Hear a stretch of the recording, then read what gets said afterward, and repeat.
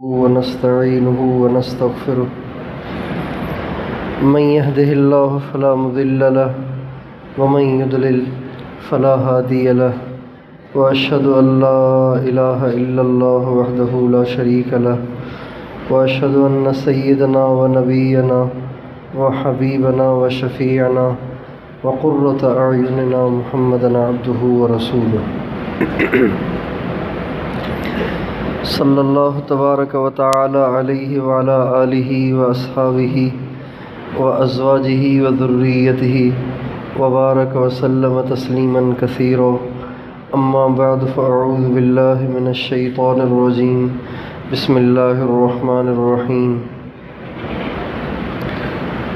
کتاب انزلناہ الیک مبارک لیدبروا آیاتہ وَلِيَتَذَكَّرَ أُولُو الْأَلْبَابِ سبحان ربک رب العزت عما یصفون وسلام علی المرسلین والحمد للہ رب العالمین اللہم صلی علی سیدنا محمد وعلی آل سیدنا محمد وبارک وسلم۔ بھائی تابش صاحب وہ ہاتھ والا دے دیں، اس میں آواز نہیں ہے۔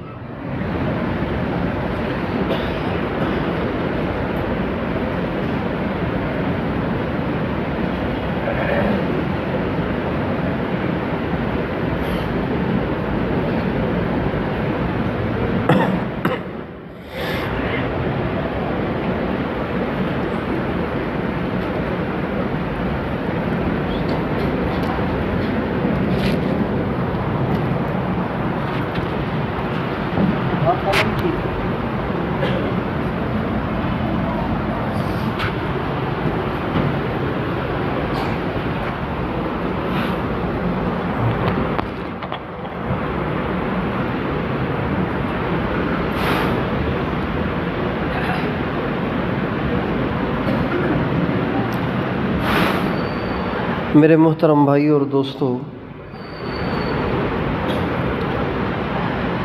جس طرح ہم اپنے پیسے کو، مال کو، اپنی زمین کو، پراپرٹی کو اپنا سرمایہ سمجھتے ہیں اور اس کو اہمیت دیتے ہیں، اس کو بناتے ہیں، سنوارتے ہیں، اس کو بڑھاتے ہیں، اس سے زیادہ قیمتی سرمایہ ہماری اولادیں اور ہمارے بچے ہیں۔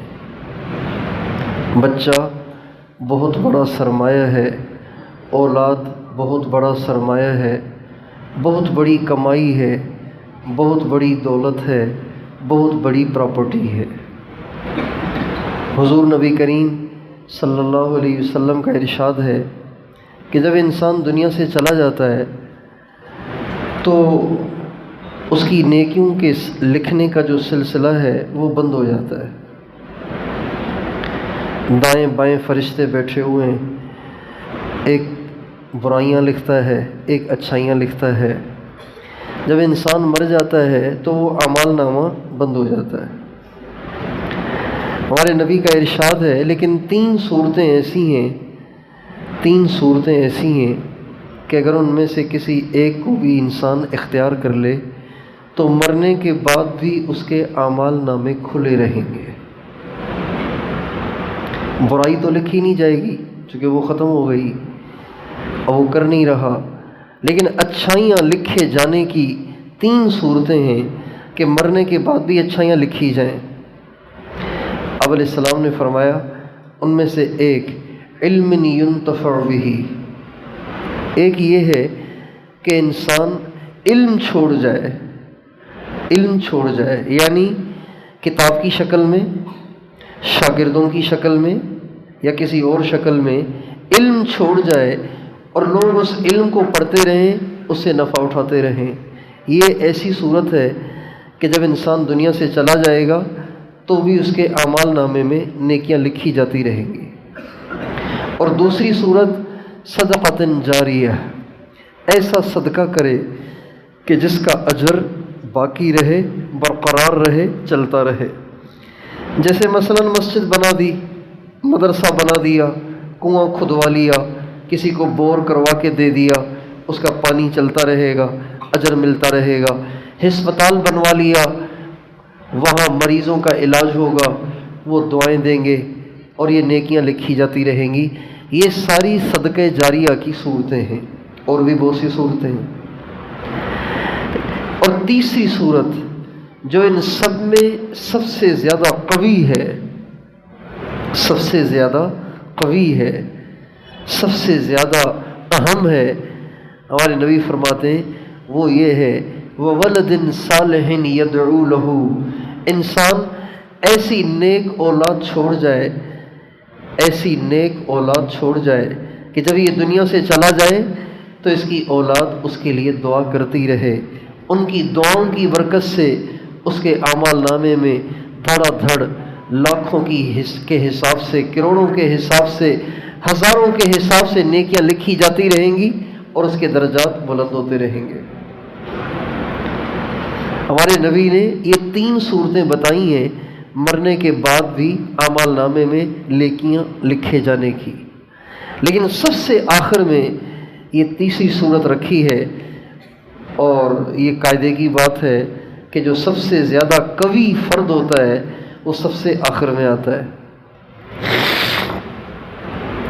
اولاد بہت بڑی نیکی اور بہت بڑا سرمایہ، بہت بڑی پراپرٹی ہے، لیکن میرے دوستو آج جہاں ہم اور بہت ساری چیزوں میں عدم توازن کا شکار ہیں، بے اعتدالی کا شکار ہیں، ظلم اور زیادتی کا شکار ہیں، ان میں سب سے بڑی صورت یہ بھی ہے کہ آج ہم اپنے بچوں کی صحیح تربیت نہیں کرتے، اپنے بچوں کو ٹائم نہیں دیتے، اپنے بچوں پہ محنت نہیں کرتے، اپنے بچوں پہ توجہ نہیں دیتے۔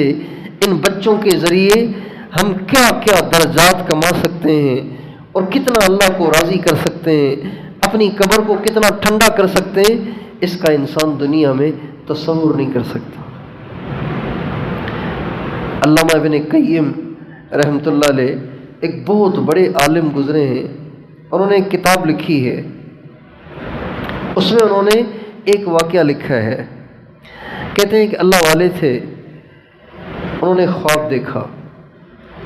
خواب یہ دیکھا کہ میں کسی قبرستان میں گیا ہوں اور اس قبرستان کے جتنے مردے ہیں، جتنے قبروں میں لوگ دفن ہیں، وہ سب کے سب قبروں سے باہر آ گئے ہیں، اور قبرستان میں کوئی چیز چمکتی ہوئی پھیلی ہوئی ہے، اور وہ قبروں سے نکل کر اس کو اٹھا کر دوبارہ قبروں میں واپس جا رہے ہیں۔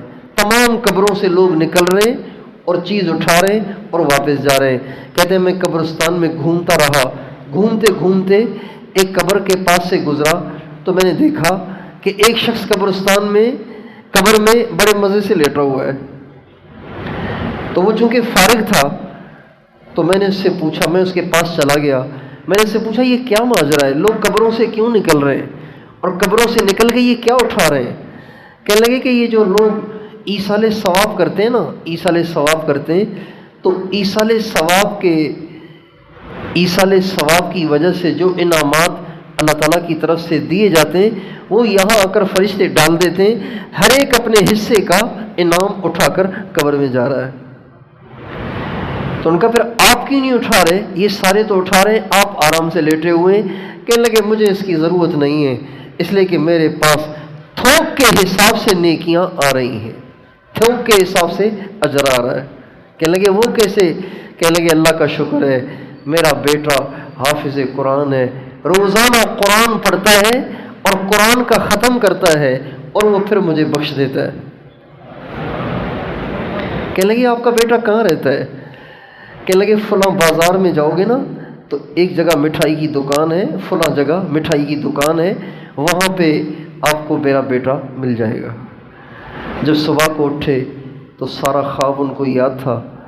جب اس بازار میں پوچھ پاچھ کے پہنچے تو واقعی ایک مٹھائی کی دکان ہے، اس پہ ایک نوجوان بیٹھا ہوا ہے اور قرآن پڑھ رہا ہے، اس کے پاس گاہک آ رہے ہیں، پیسے دے رہے ہیں، مٹھائی لے رہے ہیں، مگر وہ کسی گاہک سے بات نہیں کر رہا، اس کے ہونٹ ہل رہے ہیں، مٹھائی دے رہا ہے پیسے لے رہا ہے، مٹھائی دے رہا ہے پیسے لے رہا ہے۔ کہنے لگے جب سارے گاہک چلے گئے اور یہ فارغ ہو گیا تو میں نے اس بچے سے کہا بیٹا میں معذرت چاہتا ہوں، میں آپ سے کچھ بات کر سکتا ہوں؟ وہ خاموش ہو گیا۔ پھر اس نے مجھ سے بات کی، ان کا آپ بات کریں، ان کا یہ آپ کیا پڑھ رہے ہیں؟ آپ کے ہونٹ ہل رہے تھے، آپ کسی سے بات بھی نہیں کر رہے تھے، آپ کیا پڑھ رہے تھے؟ کہنے لگے قرآن پڑھتا ہوں۔ کہ کتنا پڑھ لیتے ہیں؟ کہ اللہ کا شکر ہے روزانہ 30 پارے پڑھ لیتا ہوں، ایک قرآن روزانہ ختم کرتا ہوں۔ کہ پھر کیا کرتے ہو؟ کہ میرے والد محترم جنہوں نے مجھے قرآن حفظ کرایا وہ دنیا سے چلے گئے ہیں، روزانہ ایک قرآن ختم کرتا ہوں اور اپنے باپ کو بخش دیتا ہوں۔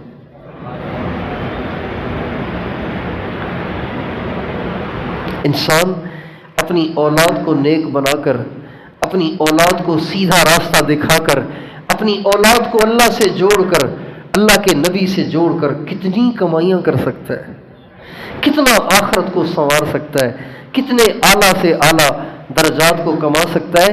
کہتے ہیں اس کے بعد پھر میں نے خواب دیکھا، وہی قبرستان، لوگ نکل رہے ہیں، انعامات اٹھا رہے ہیں، قبروں میں جا رہے ہیں، اور میری نظریں اسی کو تلاش کر رہی تھیں جس سے بات ہوئی تھی۔ کہنے لگے میں نے دیکھا کہ آج وہ بھی جو اس دن بڑے مزے سے قبر میں لیٹا ہوا تھا، آج وہ بھی قبر سے باہر نکل کر اوروں کی طرح انعامات اٹھا رہا ہے اور قبر میں جا رہا ہے۔ کہنے لگے میں سیدھا اس کے پاس گیا، میں نے کہا اس دن تو آپ بڑے مزے سے لیٹے ہوئے تھے، آج آپ بھی باہر انعامات اٹھاتے ہوئے نظر آ رہے ہیں۔ کہنے لگے وہ جو آ رہا تھا نا میرے پاس تھوک کے حساب سے، وہ آنا اب بند ہو گیا ہے، اس لیے مجھے بھی ضرورت پیش آ گئی ہے کہ میں بھی یہ انعامات اٹھاؤں۔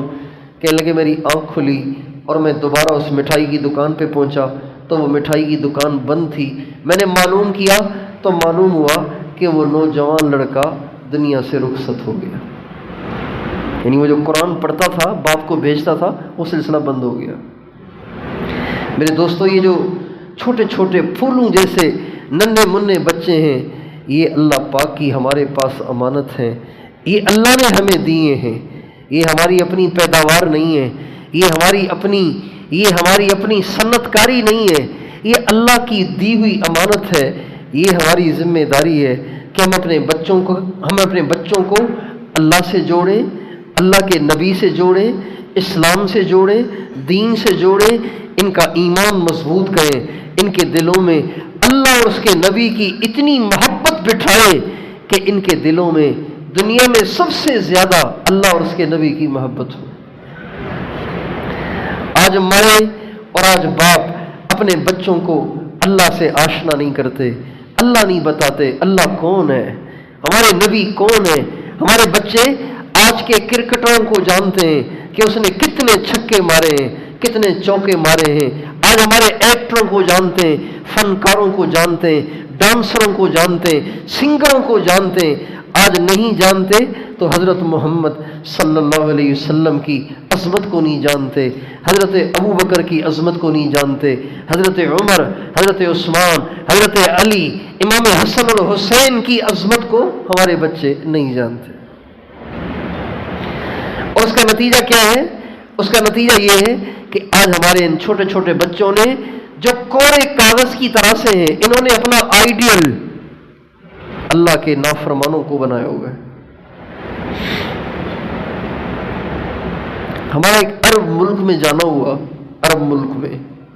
جانا ہوا تو وہاں پہ ایک فوتگی ہو گئی تھی، تعزیت پہ گئے ہم، تو جب ہم جا رہے تھے، ابھی ہم پہنچے تھے اس جگہ، ذرا اوپر کی طرف جانا تھا، چڑھنے لگے تھے، سیڑھی پہ چڑھنے لگے تھے تو ایک چھوٹا بچہ ہمیں مل گیا، عرب چھوٹا بچہ، کہنے لگا من انت، من این انت، کہاں سے آئے، کون ہے آپ؟ میں نے کہا ہم پاکستان سے ہیں۔ کہنے لگے اچھا آپ پاکستان سے آئے، تو آپ نے شاہ رخ خان کو تو دیکھا ہوگا۔ عرب بچہ کہہ رہا ہے آپ نے شاہ رخ خان کو تو دیکھا ہوگا، آپ اس کو تو جانتے ہوں گے۔ تو میں نے کہا بیٹا کاش کہ تو یہ سوال کرنے سے پہلے مجھے گولی مار دیتا تو مجھے اتنا دکھ نہ ہوتا جتنا تیرے سوال سے مجھے شدید زخم پہنچا ہے، شدید دکھ پہنچا ہے۔ کہا وہ کیوں؟ میں نے ایسی کون سی غلط بات کہہ دی؟ میں نے کہا تو نے مجھ سے ایک فاسق، ایک اللہ کے نافرمان، اللہ کے دشمن کے بارے میں پوچھا ہے۔ کاش کہ تو مجھ سے کسی نیک انسان کے بارے میں پوچھتا کسی اللہ والے کے بارے میں پوچھتا، تم عرب ہو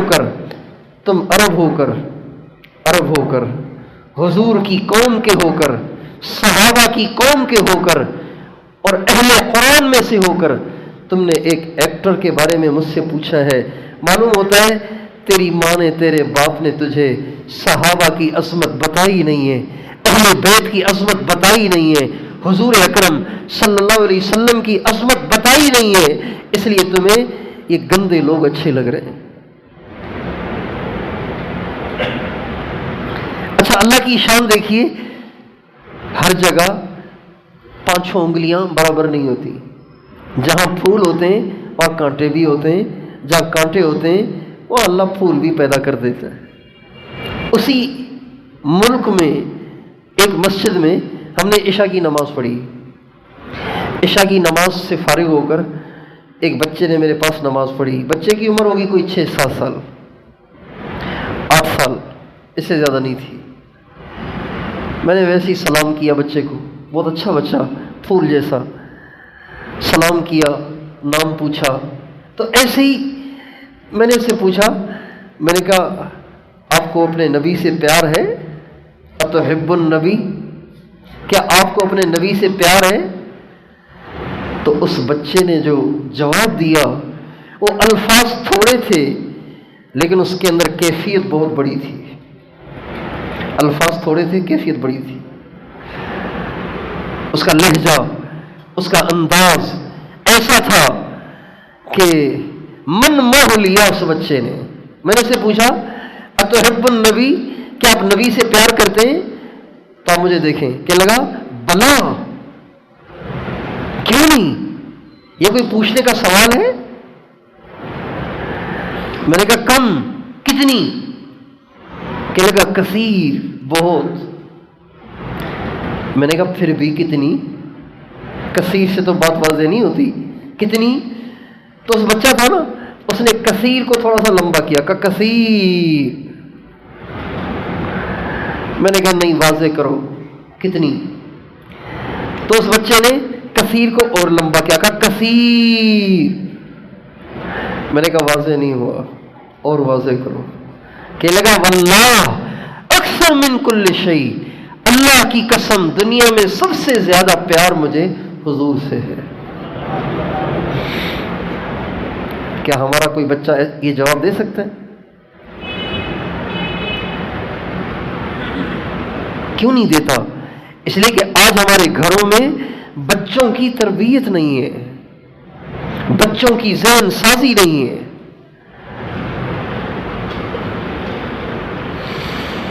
سب سے بڑا تیر جو ہم مارتے ہیں وہ یہ ہے کہ بچے کو کسی قاری صاحب کے حوالے کر دیتے ہیں، بھئی اس کو ناظرہ پڑھا دینا۔ یہ سب سے بڑا تیر ہے جو آج کا مسلمان مار کر اسلام کا حق ادا کر دیتا ہے کہ میں نے تو اسلام کا حق ادا کر دیا، میں بچے کو قرآن پڑھا لیا ہے، اللہ کا شکر ہے میرے بچے قرآن پڑھے ہوئے ہیں، میری بچیاں قرآن پڑھی ہوئی ہیں۔ نہیں میرے دوست، صرف تعلیم نہیں ہے، تعلیم کے ساتھ تربیت بھی ضروری ہے۔ انبیاء کے مقاصد میں 3 چیزیں قرآن میں بتائی گئی ہیں، ان میں سے ایک یتلو علیہم آیاتہ ویزکیہم ویعلمہم الکتاب والحکمہ۔ 3 چیزیں، ایک دعوت دینا یعنی ذہن سازی کرنا، اور ایک تربیت کرنا، اور ایک تعلیم دینا۔ آج کے بچے، آج کی ہماری نرسری، آج کے یہ ہمارے چھوٹے چھوٹے بچے سچ پوچھو مظلوم ہیں، بڑے مظلوم ہیں، بڑے مظلوم ہیں، بڑے مظلوم ہیں، بڑے مظلوم ہیں، اور ان کے بڑے بڑے ظالم ہیں جنہوں نے ان معصوم بچوں کو بتایا ہی نہیں کہ اللہ کون ہے، بتایا ہی نہیں کہ رسول اللہ کون ہے، ان کو بتایا ہی نہیں کہ مرنا ہے، مرنے کے بعد پیشی ہے، اللہ پاک کے سامنے حساب ہوگا، پوچھ ہوگی، زبان سے نکلنے والا ہر بول لکھا جا رہا ہے۔ ہمارے بچوں کو نہیں بتایا جاتا۔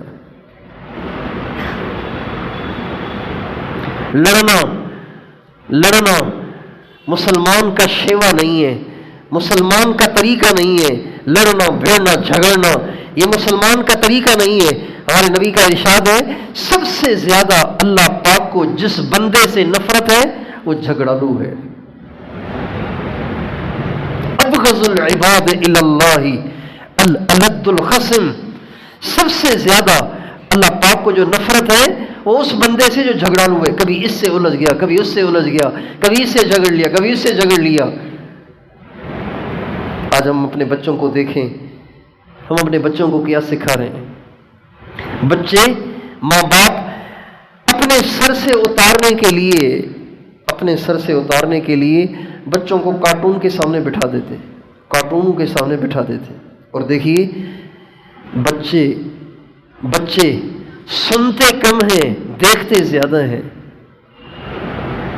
اللہ تعالیٰ نے بچوں میں، ہر بچے میں یہ صفت رکھی ہے کہ وہ دیکھتا ہے اور نوٹ کرتا ہے، دیکھتا ہے اور نوٹ کرتا ہے، دیکھتا ہے اور نوٹ کرتا ہے۔ آج ہی یہ واقعہ پیش آیا کہ میں نے عصر کی نماز پڑھی، عصر کی نماز پڑھتے ہی وہ جو 80 دفعہ درود شریف پڑھتے ہیں نا، عصر کی نماز کے بعد جمعے کے دن جو آدمی 80 دفعہ یہ درود پاک پڑھے گا، اللہم صلی علی محمد النبی الامی وعلی آلہ وسلم تسلیما، اللہ تعالیٰ اس کے 80 سال کے گناہ معاف کریں گے۔ میں فارغ ہو کے دعا مانگ کے اٹھا اور اٹھتے ہی وضو کر لیا۔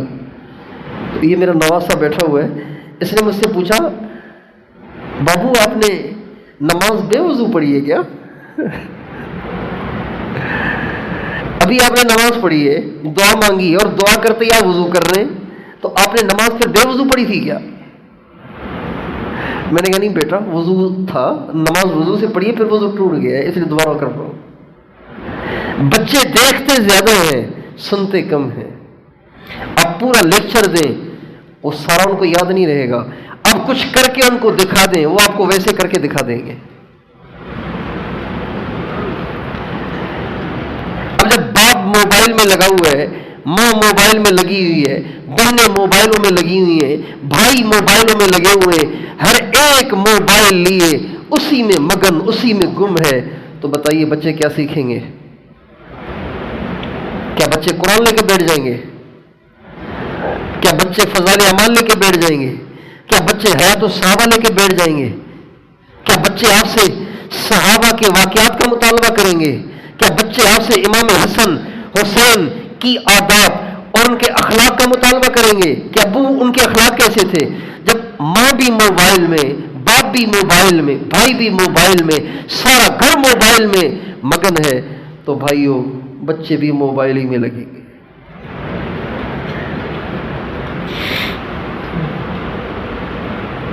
اس لیے یہ چھوٹے چھوٹے سب بچے، یہ تو تھوڑے سے ہیں، باہر لاکھوں کی تعداد میں بچے ہیں، وہ سب کے سب مظلوم ہیں، کوئی سکھاتا نہیں ان کو، کوئی بتاتا ہی نہیں ان کو۔ اور یہ بچے سب سے بڑی ماں باپ کی کمائی ہے، سب سے بڑی کمائی ہے۔ اگر ان پہ محنت ہو، ان کی ذہن سازی ہو، ان کی صحیح تربیت ہو، ان کو ہر حال میں، ہر پریشانی میں، ہر مصیبت میں ان کو اللہ سے مانگنے پہ لگا دیا جائے، تو یہ کتنے بڑے اللہ والے بن سکتے، کتنے بڑے اللہ والے بن سکتے۔ آپ بتائیے جس گھر میں یہ ماحول ہو، پریشانی آ گئی ہے، پریشانی آ گئی ہے، کوئی پریشانی کوئی بیماری آ گئی ہے، کوئی گھر میں بیمار ہو گیا ہے، کوئی اور مسئلہ ہو گیا، کوئی حادثہ ہو گیا ہے، جس گھر میں یہ ماحول ہو کہ سب نے مصلی بچھا لیے، نماز پڑھ کے ہاتھ اٹھا لیے، اللہ تعالیٰ کو اس گھر پہ کتنا رحم آئے گا۔ جس گھر کے معصوم بچوں کے ننھے منھے ہاتھ آسمان کی طرف اٹھے ہوئے ہوں گے، اللہ کو ان پہ کتنا پیار آئے گا، ان کی دعاؤں کو اللہ رد کر سکتا ہے؟ دعاؤں میں سب سے بڑی رکاوٹ تو گناہ ہے، بچوں کے تو گناہ ہوتے ہی نہیں۔ ہمارے ایک بہت بڑے بزرگ گزرے، ہمارے استاد محترم حضرت مولانا جمشید علی صاحب، اللہ تعالیٰ کی ان پہ کروڑوں رحمتیں ہوں۔ رائیون شہر میں ایک دفعہ ایک مسجد کا افتتاح تھا، سنگ بنیاد رکھا جانا تھا۔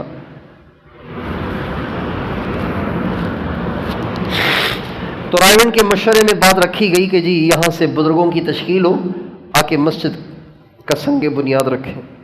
تو حضرت مولانا جمشید صاحب کا مطالبہ تھا، انہی کی تشکیل ہوئی، چنانچہ وہ تشریف لے گئے۔ جب پہلے انہوں نے بات فرمائی، بیان فرمایا، بات ہو گئی، اس کے بعد جب اینٹ اٹھا کر رکھے جانے کا وقت آیا تو مولانا نے اینٹ تو اٹھا لی اور دائیں بائیں دیکھنے لگ گئے۔ تو قریب ہی کچھ خانہ بدوشوں کی جھگیاں بنی ہوئی تھیں، خانہ بدوشوں کی جھگیاں بنی ہوئی تھیں، اور انہی کے اندر، خانہ بدوشوں کے اندر ایک بچہ دوڑ رہا تھا۔ مولانا نے اپنے آس پاس کے لوگوں سے کہا وہ جو بچہ دوڑ رہا ہے نا اس کو اٹھا کے لے آؤ، چھوٹا بچہ، معصوم بچہ، نابالغ۔ ساتھی گئے، اس بچے کو اٹھا کے لے آئے۔ حضرت مولانا جمشید صاحب نے وہ اینٹ جو سنگ بنیاد کے طور پہ رکھنی تھی اس کو اس بچے کو پکڑایا اور اس بچے سے کہا یہاں رکھو اینٹ۔ اس بچے نے وہاں اینٹ رکھی۔ تو سب لوگ حیران تھے کہ سنگ بنیاد کے لیے بلایا گیا بزرگ کو، اور اس بزرگ نے خود اینٹ نہیں رکھی، اپنے دستے مبارک سے خانہ بدوشوں کے ایک ننگے بچے کو اٹھا کے لائے اور ان کے ہاتھوں سے اینٹ رکھوا دی۔ تو چونکہ سوال تو دل میں ہوتا ہے نا پیدا، تو مولانا جمشید صاحب سارے مجمع کی طرف متوجہ ہو کے فرمانے لگے کہ بھائی آپ لوگوں نے مجھے اس لیے بلایا تھا نا پہلی اینٹ رکھنے کے لیے کہ آپ لوگ مجھے نیک سمجھتے ہو، اللہ والا سمجھتے ہو، بزرگ سمجھتے ہو، میرے ہاتھوں کو بابرکت سمجھتے ہو۔ میں چاہے کتنا ہی بڑا بزرگ بن جاؤں لیکن معصوم نہیں ہوں، گناہوں سے پاک نہیں ہوں، گناہ گار ہوں، چاہے کتنا ہی بڑا بزرگ بن جاؤں۔ یہ جو بچہ میں نے وہاں سے بلوایا ہے چونکہ نابالغ ہے اس لیے معصوم ہے، لہذا میں نے ایسے ہاتھوں سے تمہاری مسجد کی اینٹ رکھوائی ہے جن ہاتھوں نے آج تک کوئی گناہ کیا ہی نہیں ہے۔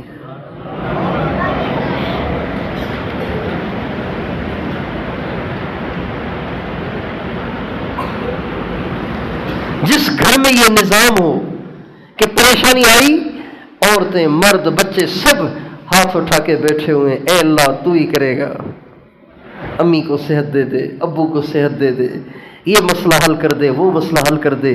بتائیے اس گھر پہ اللہ پاک کی کتنی رحمتیں آئیں گی۔ یہ ماحول بنانے سے ہوتا ہے نا، تربیت سے ہوتا ہے۔ جس گھر میں روزانہ اللہ کے نبی کی شان بیان ہوتی ہو، اللہ پاک کے نبی کی عظمت بیان ہوتی ہو، اللہ پاک کے نبی کے معجزوں کے تذکرے ہوتے ہوں، تو بتائیے اس گھر کے بچے کسی دنیا دار سے متاثر ہو سکتے ہیں؟ ان بچوں کا آئیڈیل کوئی سیاستدان، کوئی بادشاہ، کوئی ڈانسر، کوئی سنگر، کوئی ایکٹر، کوئی کرکٹر بن سکتا ہے؟ جنہوں نے بچپن ہی سے نبی کے کارنامے سنے، نبی کی عظمت سنی، نبی کی شان سنی، نبی کی عظمت سنی، وہ بچے کیسے متاثر ہو سکتے ہیں کسی اور سے؟ دنیا فخر سے کہتی ہے ہم چاند پہ چلے گئے، ہمیں اس بات پہ فخر ہے کہ ہمارے نبی نے مکہ میں کھڑے ہو کر اللہ سے دل دل میں دعا کی اور اللہ نے چاند ہی کے 2 ٹکڑے کر دیے۔ حضرت عباس نے ہمارے نبی سے ایک دفعہ کہا یا رسول اللہ مجھے آپ کی بچپن کی ایک بات یاد ہے۔ کہا وہ کیا؟ کہ جب آپ چھوٹے تھے نا، جب آپ چھوٹے تھے، ابھی لیٹے رہتے تھے، اٹھ نہیں سکتے تھے، یعنی 1 سال سے بھی عمر کم، چند مہینے کے تھے، تو چھوٹا جو بچہ ہوتا ہے نا وہ ہاتھ بھی ہلاتا ہے، پاؤں بھی ہلاتا ہے، ہاتھ بھی ہلاتا ہے، پاؤں بھی، ہر وقت ایکسرسائز کرتا ہے۔ تو جب عباس کہتے ہیں یا رسول اللہ جب آپ چھوٹے سے تھے اور آپ ہاتھ پاؤں ہلاتے تھے تو میں رات کو ایک دفعہ دیکھا تھا کہ چاند آپ کے اوپر تھا، چاند آپ کے اوپر تھا، جب آپ ہاتھوں کو ہلاتے تھے تو آپ کے ہاتھوں کے ہلانے سے چاند بھی ہلتا تھا۔ آپ ہاتھ یوں کرتے تھے چاند ادھر ہو جاتا تھا، آپ ہاتھ یوں کرتے تھے چاند ادھر ہو جاتا تھا۔ تو یہ کیا بات تھی؟ آپ علیہ السلام فرمانے لگے اب چچا جان اصل میں چاند میرے ساتھ کھیلا کرتا تھا، چاند میرا دل بہلاتا تھا، چاند مجھے لوریاں دیتا تھا تاکہ میری ماں گھر کا کام کاج کر سکے۔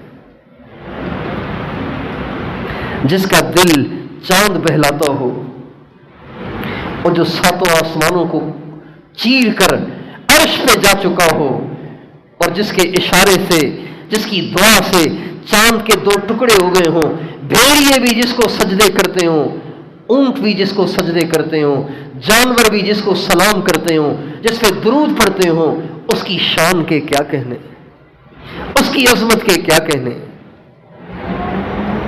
کاش کہ ہم اپنے بچوں کو اپنے نبی کی عظمت سے آشنا کرتے، اپنے نبی کی محبت ان کے دلوں میں بٹھا دیتے، تو یہ بڑے ہوتے تو ہر بات میں اپنے نبی کے نقش قدم پہ چلنے کی کوشش کرتے۔ کبھی بھی یہ ماں باپ سے یہ نہ کہتے ابو دنیا ایسے کپڑے پہنتی ہے میں بھی ایسے کپڑے پہنوں گا، کبھی بھی نہیں، بلکہ وہ بچہ پھر آپ سے ہمیشہ کہے گا ابو میں تو حضور کے طریقے پہ چلوں گا، میں تو حضور کے نقش قدم پہ چلوں گا۔ جن ماؤں نے، جن باپ نے اپنے بچوں پہ محنت کی، اپنے بچوں پہ توجہ دی، اپنے بچوں کی ذہن سازی کی، صحیح تربیت کی، ان کی مائیں قبروں میں چلی گئیں، ان کے باپ قبروں میں چلے گئے، ان کے بچے کروڑوں نیکیاں کرتے رہے، اور وہ ساری نیکیاں ان کی ماں، ان کے باپوں کے اعمال نامے میں لکھی جاتی رہی۔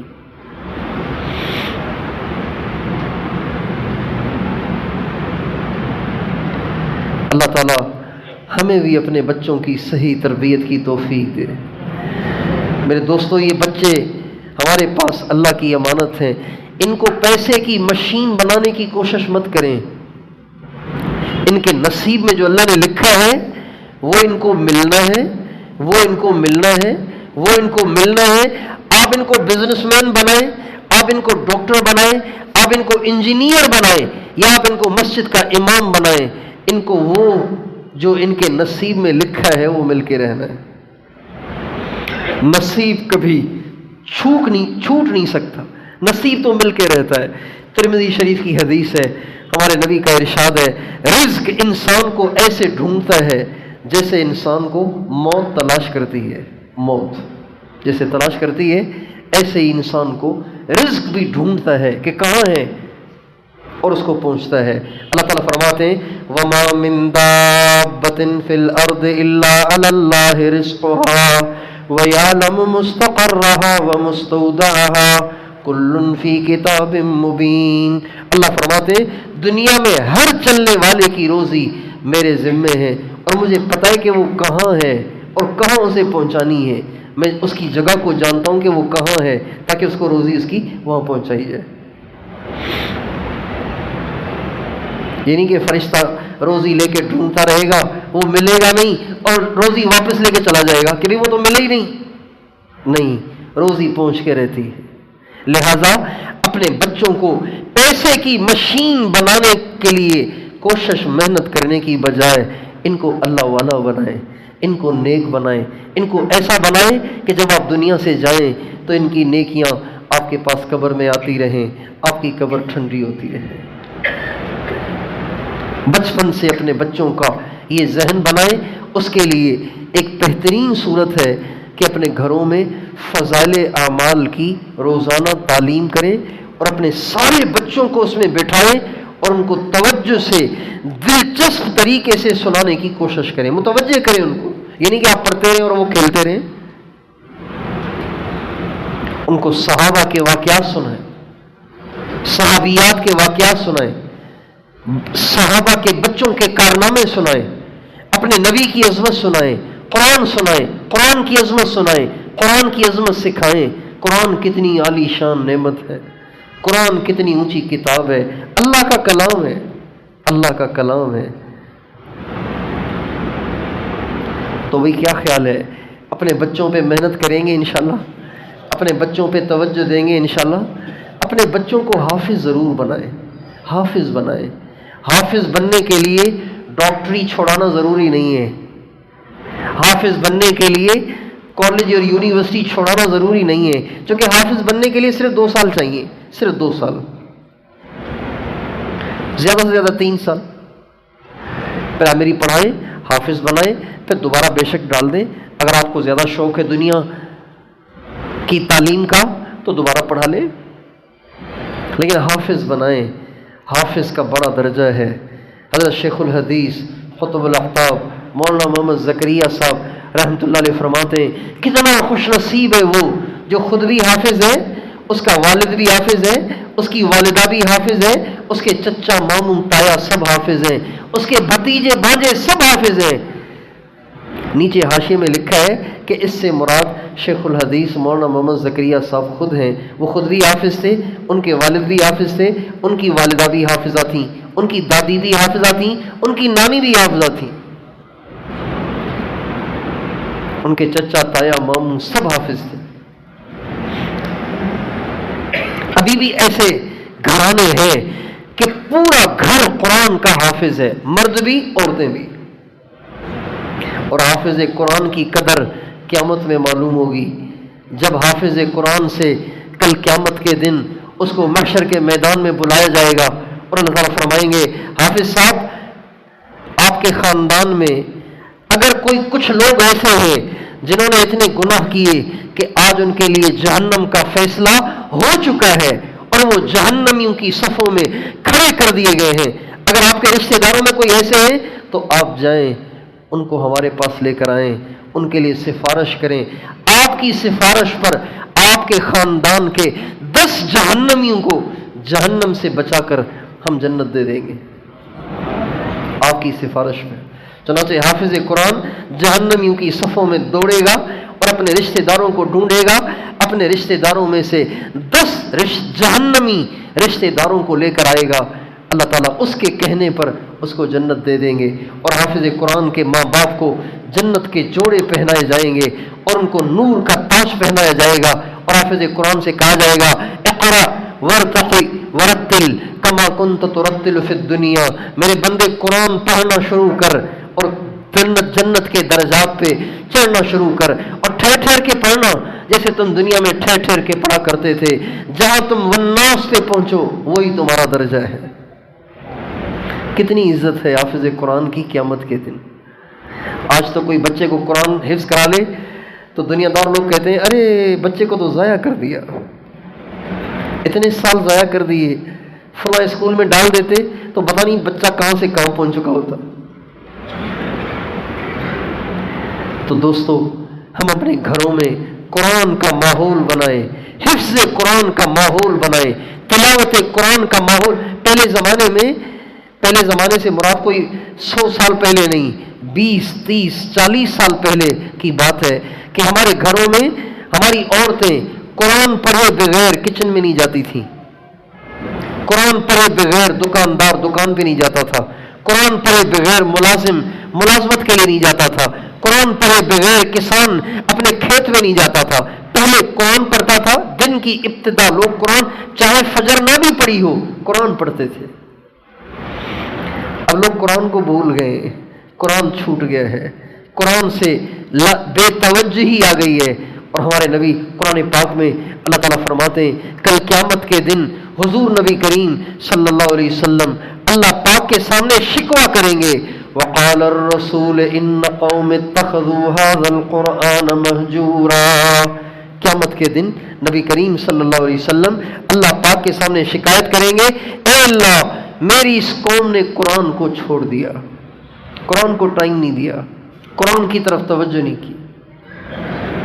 تو بھائیو میں اور آپ روزانہ قرآن پاک پڑھنے کی نیت کریں، روز پڑھیں، کوئی دن ہمارا قرآن پاک کی تلاوت سے خالی نہیں جانا چاہیے۔ تو کون کون روزانہ قرآن پاک کی تلاوت پابندی سے کریں گے؟ اپنے بچوں کو بھی اس کا عادی بنائیں، اپنی عورتوں کو اس کا عادی بنائیں، اپنی بوڑھی عورتوں جنہوں نے ناظرہ نہیں پڑھا زندگی گزار دی ان کو بھی اس کا عادی بنائیں کہ قرآن لے کے بیٹھیں تو صحیح، نہ بیٹھیں تو صحیح، قرآن لے کے بیٹھیں تو صحیح،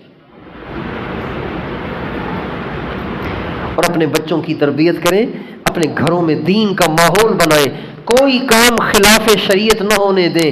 جو ہمیں مستیاں کرنی تھیں، بدکاریاں کرنی تھیں وہ کر بیٹھے تو کر لی، لیکن اب اپنے بچوں کی تربیت کی خاطر ہم ساری برائیاں چھوڑ دیں۔ جو لوگ سگریٹ کے عادی ہوتے ہیں نا، سگریٹ کے عادی ہوتے ہیں اور سمجھدار ہوتے ہیں، اللہ نے ان کو عقل فہم دی ہوتی ہے، وہ جب بچے ہو جائیں تو سگریٹ پینا چھوڑ دیتے ہیں، کہتے ہیں بچے ہو گئے ہیں، اب بچے دیکھیں گے تو وہ بھی میری طرح برائی میں لگ جائیں گے، لہذا سگریٹ پسند تو بہت تھا لیکن میں نے سگریٹ پینا چھوڑ دیا، اس لیے کہ بچے نہ دیکھیں، کہیں بچے بھی نہ اس پہ لگ جائیں۔ تو دوستو، اگر ہم سے کچھ کوتاہیاں ہوئی ہیں تو جو ہوا سو ہوا، اب بچوں کی تربیت کی خاطر اپنے آپ کو بھی ٹھیک کر لیں، اپنے بچوں پہ بھی توجہ دیں، اپنے گھر کا ماحول دیندار بنائیں، اپنے گھروں کے اندر داعیانہ ماحول قائم کریں کہ جو بھی آپ کے گھر میں آئے وہ دین کا پیغام لے کر جائے، دین کا پیغام لے کر جائے، نبی کی سنت کو لے کر جائے۔ کوشش کریں گے انشاءاللہ، اللہ تعالیٰ ہم سب کو توفیق عطا فرمائے، ہم سب کے گھروں میں اللہ تعالیٰ دینداری کا ماحول بنائے۔ ایک دعا ہے، اگر ہم روزانہ پابندی سے وہ مانگا کریں تو اس کی برکت سے اللہ تعالیٰ ہمارے اہل و عیال کو دیندار بنائے گا، گھروں میں دین آ جائے گا۔ وہ دعا ہے، ربنا ہب لنا من ازواجنا وذریاتنا قرۃ اعین وجعلنا للمتقین اماما۔ یہ چھوٹی سی قرآن پاک کی دعا ہے، اگر یہ روزانہ ہم دعا مانگا کریں تو انشاءاللہ اس دعا کی برکت سے ہمارے گھروں میں دین آئے گا، ہمارے گھروں میں دین کی فضا بنے گی۔ کوشش کریں گے انشاءاللہ، اللہ تعالیٰ خوش رکھے ان بچوں نے جنہوں نے قرآن پاک پڑھا اور قرآن کا امتحان دیا اور اس میں کامیاب ہوئے، تو یہ بھی خوش قسمت ہیں، ان کی مائیں ان کے باپ بھی خوش قسمت ہیں۔ کتنا اچھا قرآن پڑھا بھی ماشاءاللہ بچوں نے، دل کو لگ رہا تھا۔ ان کی مائیں کتنی خوش قسمت ہیں، ان کے باپ کتنے خوش قسمت ہیں جن کے بچے چھوٹے چھوٹے ننھی منی زبانوں کے ساتھ اللہ کا کلام پڑھ رہے ہیں۔ وہ دنیا سے چلے جائیں گے، یہ بچے پڑھتے رہیں گے، ان کو اجر ملتا رہے گا۔ اللہ تعالیٰ ہم سب کے بچوں کو قرآن کا عاشق بنائے، قرآن کا عامل بنائے، قرآن کا داعی بنائے، قرآن پڑھنے والا